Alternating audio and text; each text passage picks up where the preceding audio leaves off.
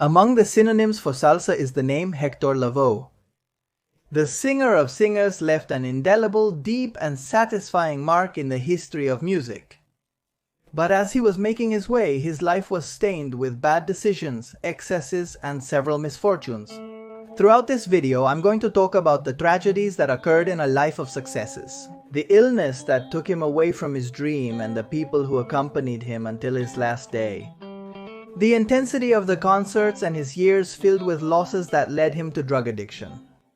There, the singer found an outlet, a palliative that unknowingly would open the door to a foretold end.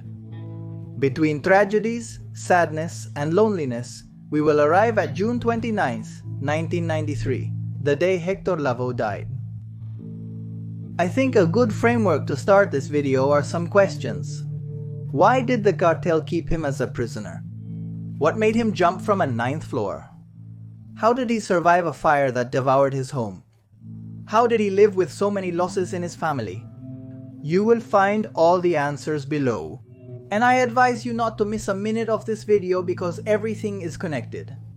And in the end, you will notice everything I'm telling you. Héctor Juan Pérez Martínez was born on September 30th, 1946 in Ponce, Puerto Rico.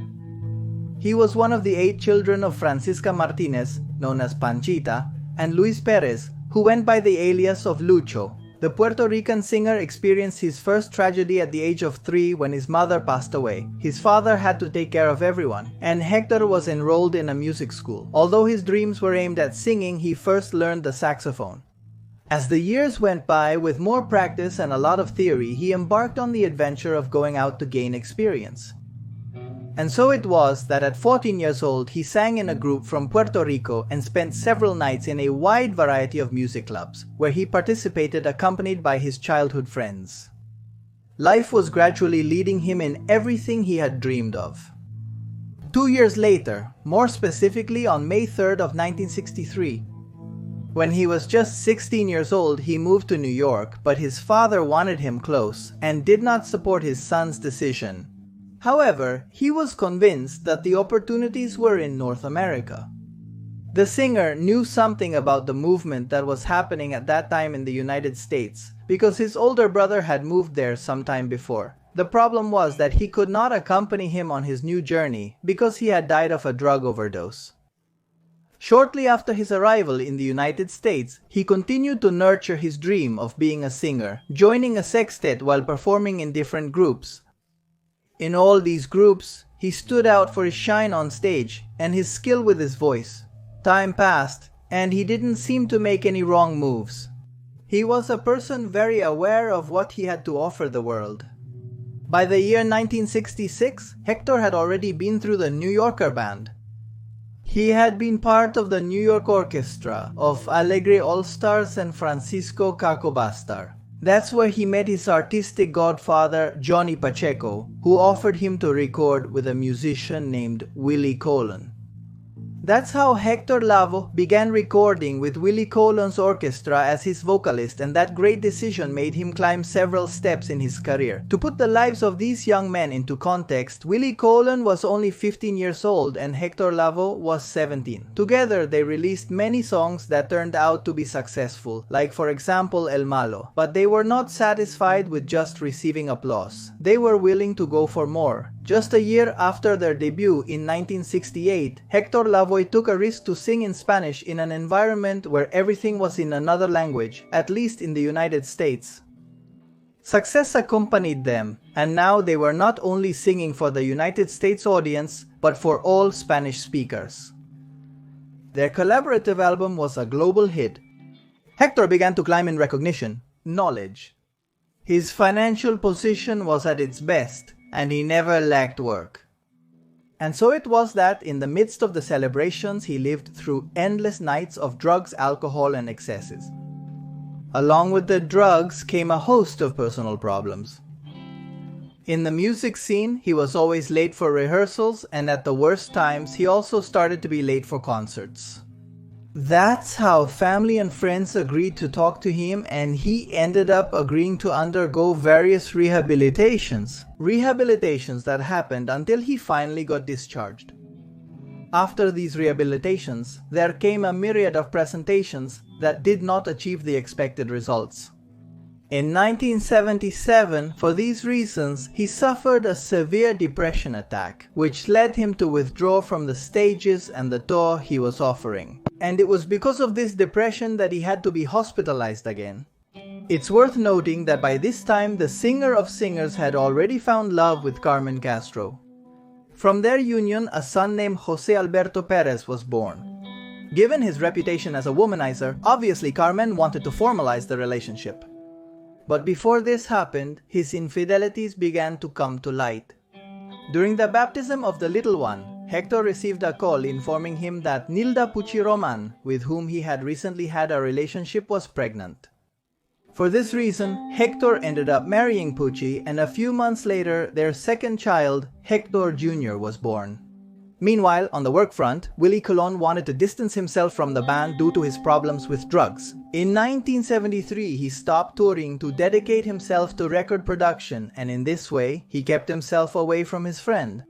Although for the singer that had been a hard blow, he saw a possibility in the darkness. He had to become a solo artist. He formed his own band, and his first solo album was presented in 1975 and was named The Voice, the pseudonym with which they had baptized him. Everything started to go well again, and in 1978 he worked alongside Ruben Blades. He wrote his song The Singer, which was a big hit throughout that time. So he went from being the voice to being the singer. Interestingly, nowadays this topic is being talked about again because the singer Yaira Plasencia paid tribute to Hector Lavoe by doing a cover of the song. Blades himself came out in her favor, saying the message remains intact, even though the visuals are new and portray the current taste of youth. While the generation of Taste 68 still maintained the energy for the iconic rock festival, a newly created Latin band was making thousands of people dance on the other side of the planet. He and the group Fania All-Stars traveled to several countries, even reaching the People's Republic of Congo, where they promoted the Rumble in the Jungle, the famous boxing match between Muhammad Ali and George Foreman. Their records were then sold all over the world, and their fame was growing bigger and bigger. Hector Lavoe rubbed shoulders day by day with the most powerful.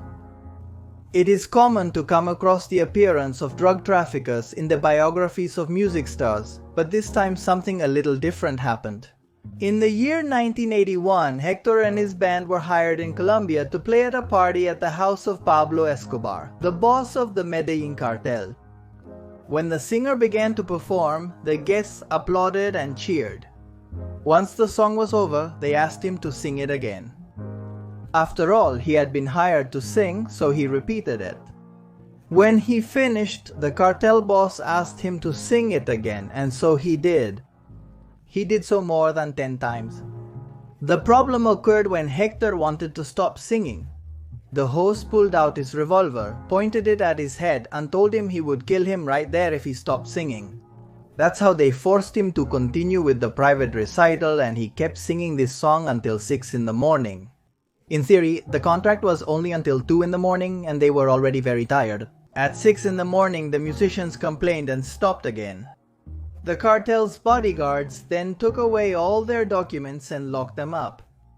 On the 1st of January 1981, the band then spent New Year's locked in a small room on a farm in Medellin.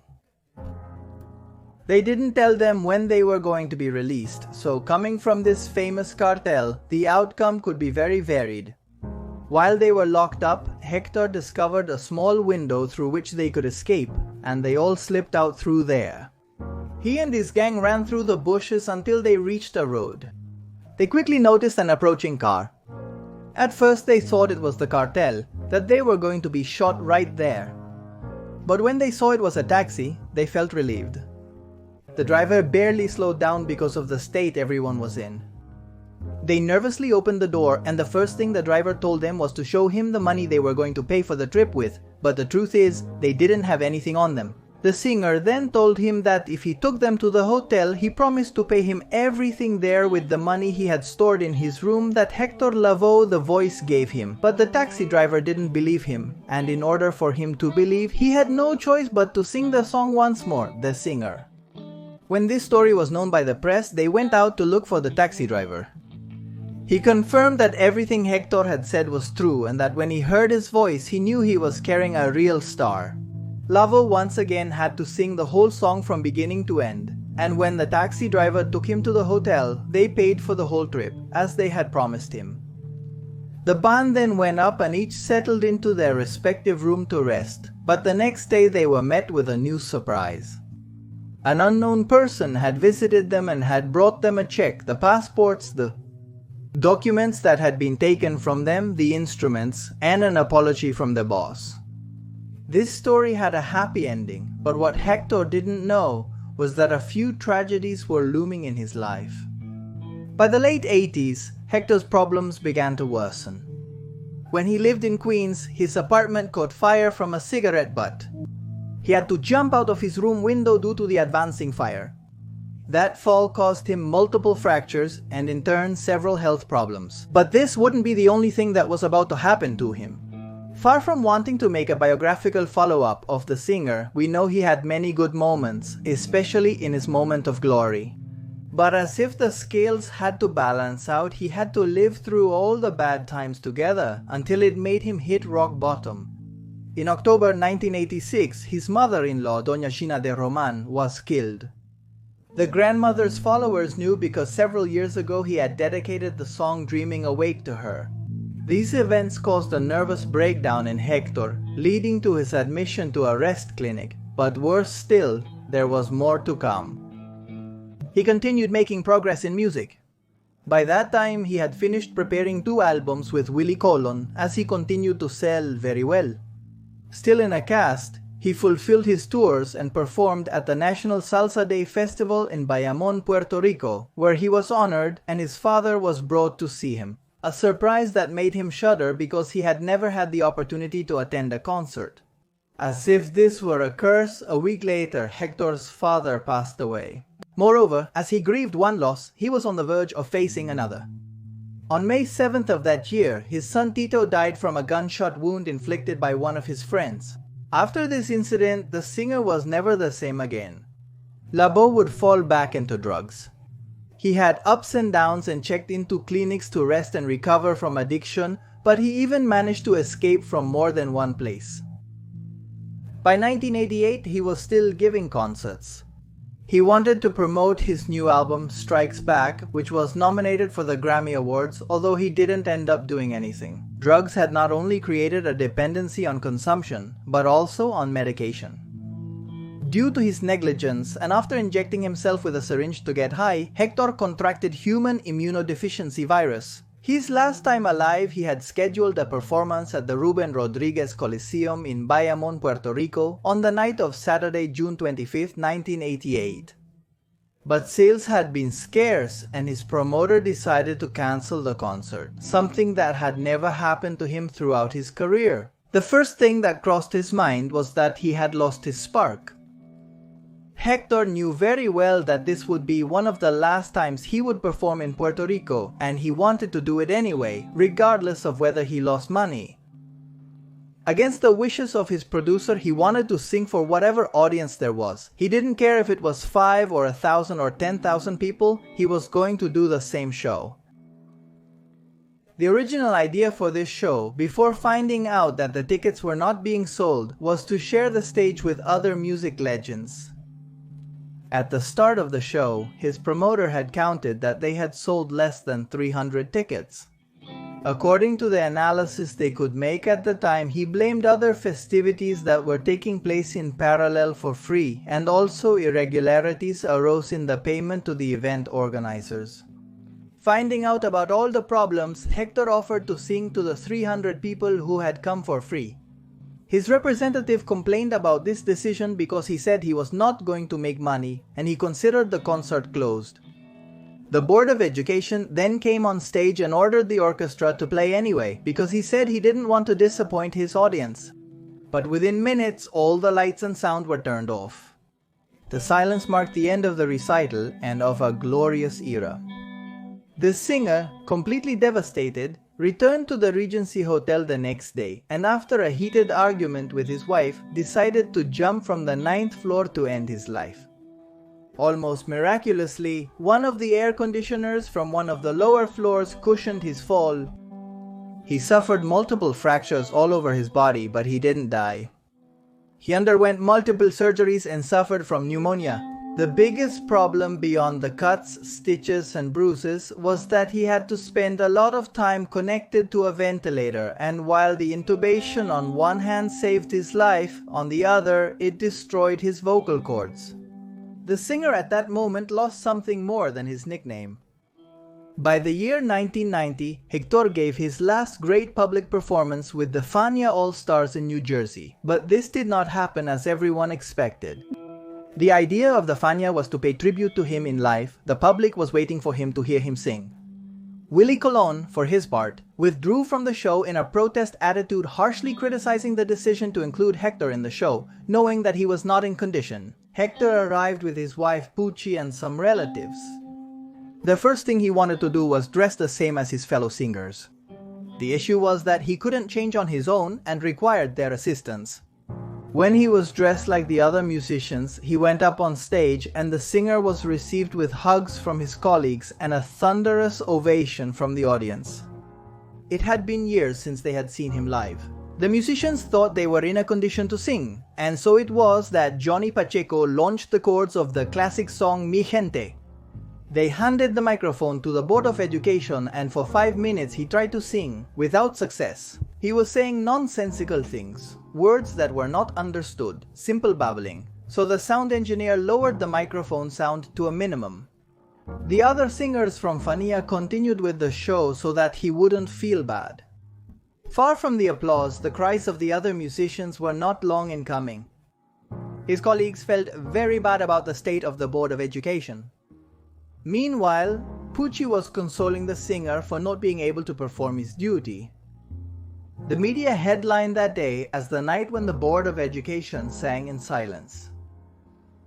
Continuing with his life and his sad ending in 1991, he had a stroke that took away the mobility of half his face and all possibility of singing again, even of being able to modulate well. And so the Board of Education was left abandoned in deep loneliness and poverty during the singer's saddest years. A percussionist named David Lugo took care of him. What seemed like a good gesture then ended up being a manipulation. Lugo had in his power a notarial document in which the Board of Education gave him power where they granted him the earnings of his record royalties, with powers to manage a foundation that would fight acquired immune deficiency syndrome and thus could help young people, but all this was a big lie.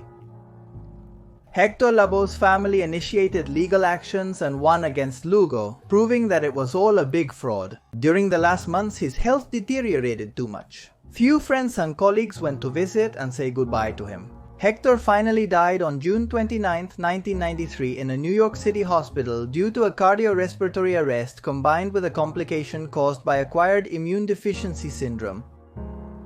For 2 days, thousands of people paid tribute to him and a crowd lined up to say goodbye. He was buried in a plot at St. Raymond Cemetery in the Bronx, but in June of 2002, his remains and those of his son were exhumed to be reburied in Ponce, along with his widow Nilda, who, as part of the tragic fate, had passed away weeks before. Several movies depict his life. A very well-known one was El Cantante, produced by the salsa singer Marc Anthony, who also portrayed him, and Jennifer Lopez, who played his wife Pucci. Hector Lavoe, without a doubt, left a great musical legacy that can be noticed in many contemporary salsa singers. The singer of singers will clearly never be forgotten. And that's it for today's video. I hope you found Hector Lavoe's story interesting. If you did, please leave a like, subscribe below, and also leave a comment with suggestions for possible future videos. I'm going to leave a couple of videos here for you to continue the marathon. With nothing more to say, I say goodbye. My name is Magno Mephisto. We will surely see each other in the next video of the day.